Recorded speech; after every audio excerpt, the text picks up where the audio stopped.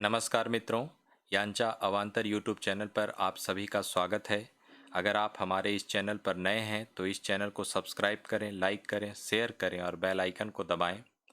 आज हम लोग पढ़ेंगे रामधारी सिंह दिनकर जी के द्वारा रचित संस्कृति के 4 अध्याय का प्रथम अध्याय, जिसका शीर्षक है भारतीय जनता की रचना और हिंदू संस्कृति का आविर्भाव। इसके अंतर्गत जो प्रथम प्रकरण है उसका शीर्षक है भारतीय जनता की रचना। तो आइए इसका पहला भाग प्रारंभ करते हैं। भारतीय जनता की रचना। मनुष्य पहले पहल कहाँ उत्पन्न हुआ, यह प्रश्न मनोरंजक तो है, लेकिन इसका ठीक ठीक उत्तर अब तक नहीं दिया जा सका है। बाइबिल को अपना धर्म ग्रंथ मानने वाले लोगों का ख्याल है कि आदमी पहले पहल सीरिया में जन्मा था। इसी तरह पश्चिम एशिया, बर्मा, अफ्रीका और उत्तरी ध्रुव के पास के प्रांत, इन सारे भूभागों के बारे में समय समय पर अटकल लगाई गए हैं कि हो न हो आदमी इन्हीं में से किसी एक देश में सर्वप्रथम उत्पन्न हुआ होगा। पीकिंग में जो नरकंकाल मिला है वह 30,000 वर्ष पुराना है। अतएव यह अनुमान भी चलता है कि आदमी पहले पहल चीन में जन्मा होगा। एक अंदाजा यह भी है कि आदमी चूंकि प्रधानतः लोमहीन प्राणी है, इसलिए उसकी उत्पत्ति किसी गर्म देश में हुई होगी। इस विचार के लोग अफ्रीका, भारतवर्ष अथवा उससे भी दक्षिण पूर्व के भागों को आदि मनुष्य का जन्म स्थान मानते हैं। एक अनुमान यह है कि आदमी दक्षिण भारत में जन्मा होगा। एक दूसरा अनुमान यह है कि भारत समुद्र में पहले जो बड़ा स्थल भाग था, आदमी वहीं जन्मा था। अफ्रीका के पक्ष में एक दलील यह दी जाती है कि वहाँ चिंपांजी और गोरिल्ला बंदर बहुतायत से पाए जाते हैं। इसके सिवा अफ्रीका में बहुत सी हड्डियाँ भी पाई गई हैं, जिनके बारे में यह अनुमान है कि वे आदि मानवों की हड्डियाँ होंगी।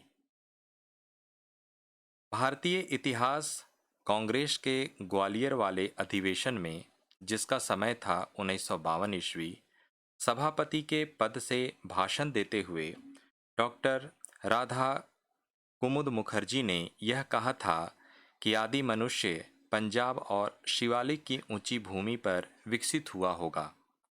इस बात के प्रमाण मिलते हैं। मुखर्जी महोदय का मत यह दिखता है कि मनुष्य भारत में ही उत्पन्न हुआ था और इसी देश में उसकी सभ्यता भी विकसित हुई। पंजाब में हिमालय के पास मनुष्य का आदि जन्म, फिर सिंधु की तराई में कृषि सभ्यता का विकास और सिंधु के पठार में भारत की प्राचीनतम सभ्यता का अवशेष पाया जाना, ये सारी बातें आपस में एक दूसरे को पुष्ट करने वाली हैं और अजब नहीं कि अध्ययन और खोज करने पर मुखर्जी महोदय का अनुमान सत्य ही प्रमाणित हो। किंतु सबसे युक्तिसंगत अनुमान यह है कि आदमी यदि पहले पहल भारत में उत्पन्न हुआ तो वह उत्तर नहीं दक्षिण भारत में जन्मा होगा। भारत की सबसे पुरानी धरती वह नहीं है जो विंध्याचल के उत्तर में पड़ती है, प्रत्युत वह जो विंध्य से फैली हुई दक्षिण को चली गई है।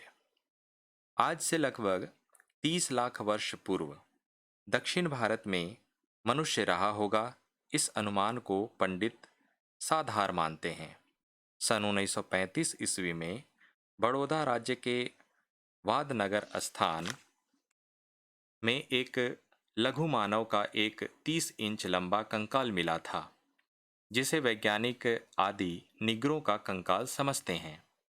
इंग्लैंड के एक वैज्ञानिक मिस्टर डार्विन ने जब से यह सिद्ध कर दिखाया कि आदमी बंदर से बढ़कर आदमी हुआ है, तब से विकासवाद के सिद्धांत पर यह मानने की प्रथा चल पड़ी है कि मनुष्य के पूर्वज बंदर की ही योनि से निकले थे। लेकिन सभी पंडित अभी यह भी मानने को तैयार नहीं हैं कि आदमी निश्चित रूप से बंदर से ही विकसित हुआ है।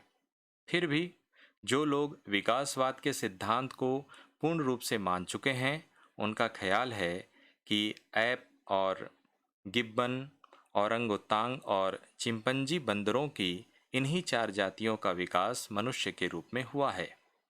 और जिन पंडितों का ऐसा विश्वास है, वे घूम फिरकर अफ्रीका को ही मनुष्य के जन्म का आदि स्थान मानना चाहते हैं।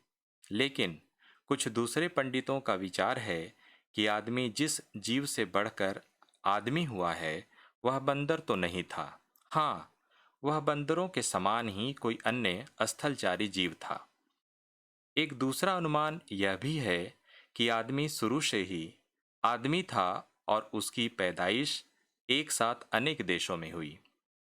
इस अनिश्चित इस अनिश्चय के बीच अधिकांश पंडित यह मानते हैं कि भारत में जो भी लोग मौजूद हैं, उनके पूर्वज इस देश में अन्य देशों से आए और अन्य देशों से आकर ही उन्होंने आपस में मिश्रित होकर इस देश में जन समूह की रचना की, जिसे हम भारतीय जनता कहते हैं। और भारत की मिट्टी पर अनंत काल से कितनी विभिन्न जातियों, कितने प्रकार के लोगों का समागम होता रहा है, यह किस्सा भी काफी मजेदार है। अगर ईसाइयों और मुसलमानों को छोड़ दें, तब भी इस देश में एक के बाद एक कम से कम 11 जातियों के आगमन और समागम का प्रमाण मिलता है, जिन्होंने इस देश को ही अपना देश मान लिया और जिनका एक एक सदस्य यहाँ की संस्कृति और समाज में भली भांति पच खपकर आर्य अथवा हिंदू हो गया। निग्रो, ऑस्ट्रिक, द्रविड़, आर्य, यूनानी, यूची, शक, आभीर, हूण, मंगोल और मुस्लिम आक्रमण के पूर्व आने वाले तुर्क, इन सभी जातियों के लोग कई झुंडों में इस देश में आए और हिंदू समाज में दाखिल होकर सब के सब उसके अंग हो गए। असल में हम जिसे हिंदू संस्कृति कहते हैं, वह किसी एक जाति की देन नहीं, बल्कि इन सभी जातियों की संस्कृतियों के मिश्रण का परिणाम है। अब अगला शीर्षक है आदमी की नस्ल पहचानने वाले शास्त्र। हजारों वर्षों से एक ही भूभाग में एक ही तरह की जलवायु अथवा एक ही सामाजिक ढांचे और एक ही आर्थिक पद्धति के भीतर रहने के कारण भारतीय समाज के सभी लोगों के रूप, रंग, वेशभूषा, रहन सहन, भाव विचार और जीवन विषयक दृष्टिकोण में जो अद्भुत एकता आई है, उसे देखते हुए एक नस्ल के लोगों को दूसरी नस्ल के लोगों से अलग करने का काम अस्वाभाविक और जरा मुश्किल भी मालूम होता है। लेकिन तब भी ऐसी कुछ कसौटियां मौजूद हैं जिनके आधार पर बिलगाव किया जा सकता है। दुनिया में जितनी भी जातियां बसती हैं, उनकी मूल नस्लों की पहचान भाषा और शरीर के गठन को देखकर की जाती है और इस विषय का अध्ययन अब अलग-अलग शास्त्रों के रूप में विकसित हो गया है, जिनके प्रयोग से मानव जाति के बहुत पुराने इतिहास की रचना में बहुत सहायता मिली है। भाषा का अध्ययन करने वाले शास्त्र को भाषा विज्ञान कहते हैं।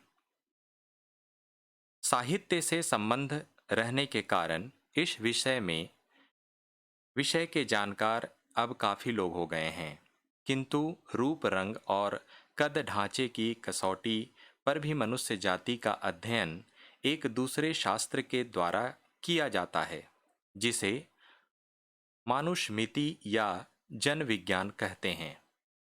भाषा भेद को देखकर मनुष्य की नस्ल का पता लगाना अपेक्षाकृत कुछ सरल कार्य हो गया, मगर रंग, रूप और शरीर के ढांचे को देखकर आदमी के मूल खान पान का पता लगाना उतना आसान नहीं है, क्योंकि जलवायु के प्रभाव और विवाहादि के द्वारा रक्त के मिश्रण के कारण इस क्षेत्र में बड़ी बड़ी उलझनें पैदा हो जाती हैं।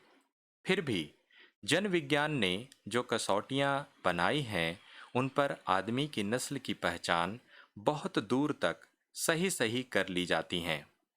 जन विज्ञान की पहली कसौटी रंग की है। जन विज्ञानियों का एक साधारण विश्वास है कि गोरे रंग के लोग आर्यवंश के हैं और जिनका रंग पक्का काला है वे आर्येतर हैं, अथवा आर्यों और आर्येतर जातियों के बीच जो वैवाहिक मिश्रण हुआ है उसका उन पर काफी प्रभाव है। खोपड़ी की लंबाई चौड़ाई देखकर भी नस्ल की पहचान की जाती है। इसी तरह नाक की ऊंचाई चौड़ाई, उसका खड़ा या चिपटा होना भी आदमी की नस्ल को इंगित करता है। फिर आदमी का कद या डील, उसके मुंह या जबड़े का आगे बड़ा या न बढ़ा होना भी उसकी नस्ल की पहचान है। जन विज्ञान ने संसार की सभी जातियों को मुख्यतः 3 नस्लों में बांट रखा है। पहली नस्ल गोरे लोगों की है जिन्हें हम काकेशियन कहते हैं। दूसरी नस्ल के वे लोग हैं जिनका रंग पीला होता है और जो मंगोल जाति के हैं। तथा तीसरी नस्ल उन लोगों की है जिनका रंग काला है और जो इथोपियन परिवार के हैं।